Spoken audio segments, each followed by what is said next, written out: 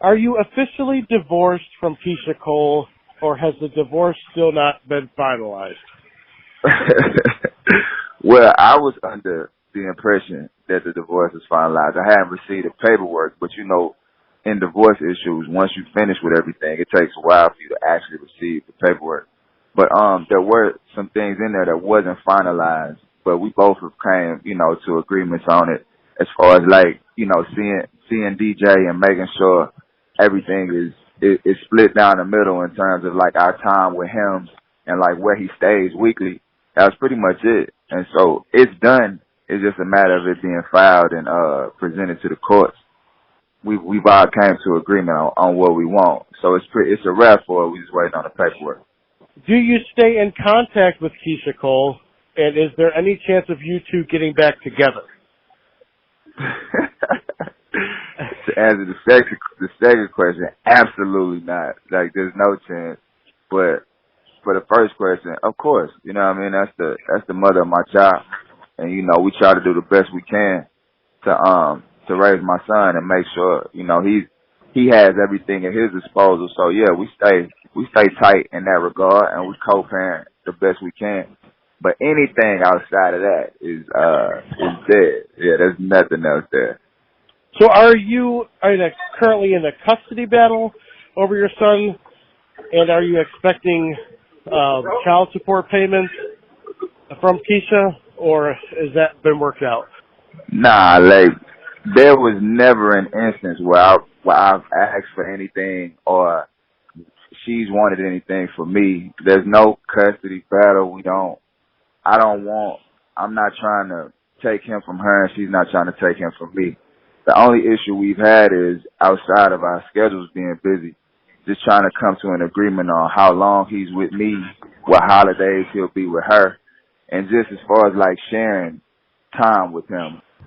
Like, I've never came out and said anything negative about her, and I never will. And she outside of, you know, telling me, you know, I cheated on her, she doesn't really either. And that's just not how we rock. We've never wanted anything from the other person. It just, you know, the time frame it's taking for us to finish the deal. That's the only reason why questions come up. So you're not looking for any money from her, like those allegations and rumors are not true, you know, that you're trying to... The thing about it is anybody that knows me, they know that that's just not who I am. It would be foolish to ask her for anything because that'd be taken away from him. And that just doesn't make sense to me. So, yeah, it's all rumors and speculation. Now, are you dating anyone? And if so, can you tell us who it is? Well, I'm currently dating. Her name is Symphony. That's who I'm currently dating. We've been dating now for about 6 months to a year, and I'm just taking it slow. Princess Love is leaving Love and Hip Hop Hollywood. Were you surprised by this news? Yeah, I thought her and Ray kind of were in the driver's seat as far as everything they wanted to do on the show and, like, what they wanted to be filmed and, like, you know, getting a lot of their businesses off the ground. So I was surprised to see it come to an end. I was curious to know, like, what happened for it to switch because I felt like it had to switch quick and out of nowhere. Now, were you just as surprised as everybody else? Like, did you just find out the news when everybody did? Yeah, I believe, as a matter of fact, I think like Zell and Paris, like, started pop up and told me. And, yeah, we all was surprised. I don't think nobody expected it. Which cast member of Love and Hip Hop Hollywood do you think is the least trustworthy? I think everybody knows that's an easy one for me. I'm going to have to go with Marcus Black. Now, what is it about Marcus that makes you say that? Well, you know, he was talking to my best friend, and at the time, that's all I heard about is dishonesty and everything else. So that's why I would have to choose him. What are your thoughts on LeBron James' first year as a Laker?